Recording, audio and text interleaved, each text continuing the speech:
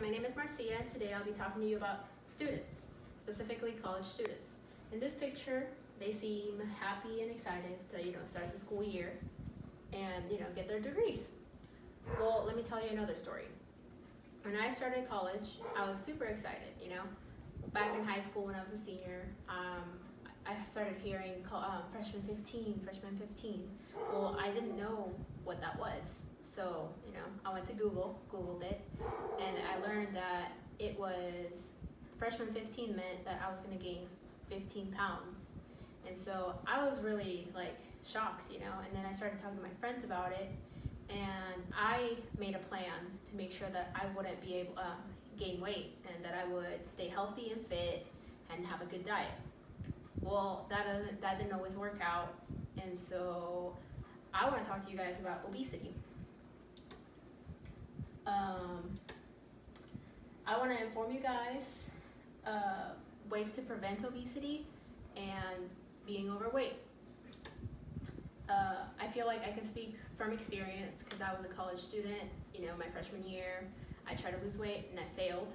So then my sophomore year, I also gained a little bit more weight. And I also researched for a couple of weeks about this topic.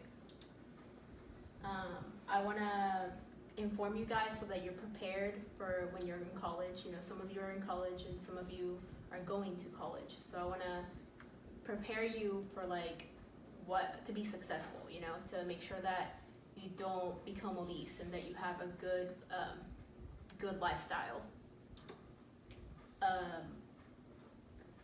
So there are 3 ways to prevent obesity, and they're through having a healthy diet, through exercising, and through having a good sleeping schedule.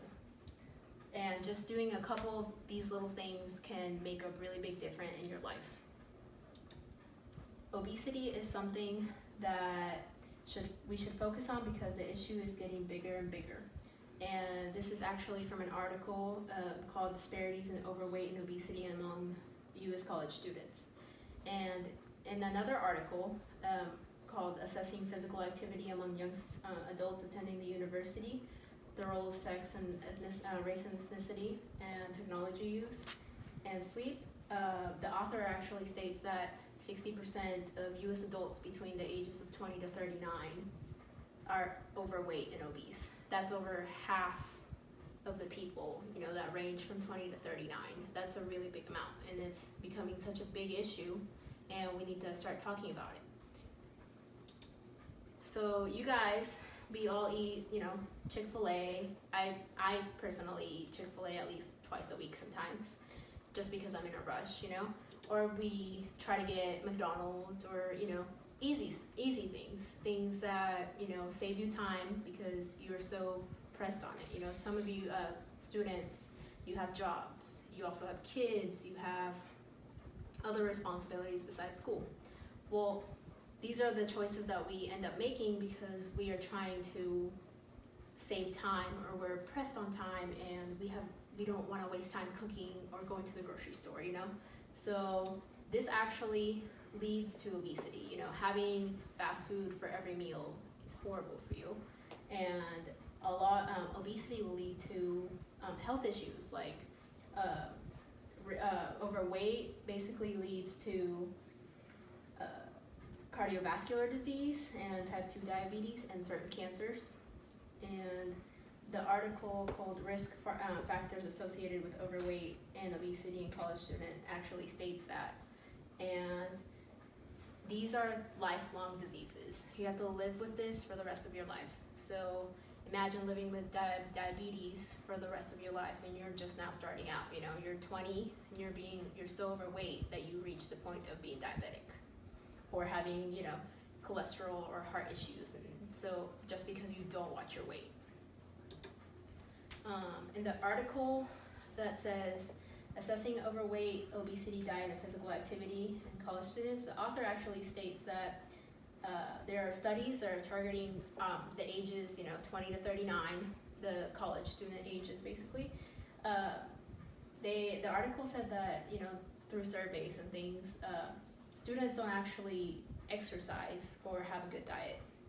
So we don't have a high amount of students doing that and practicing it.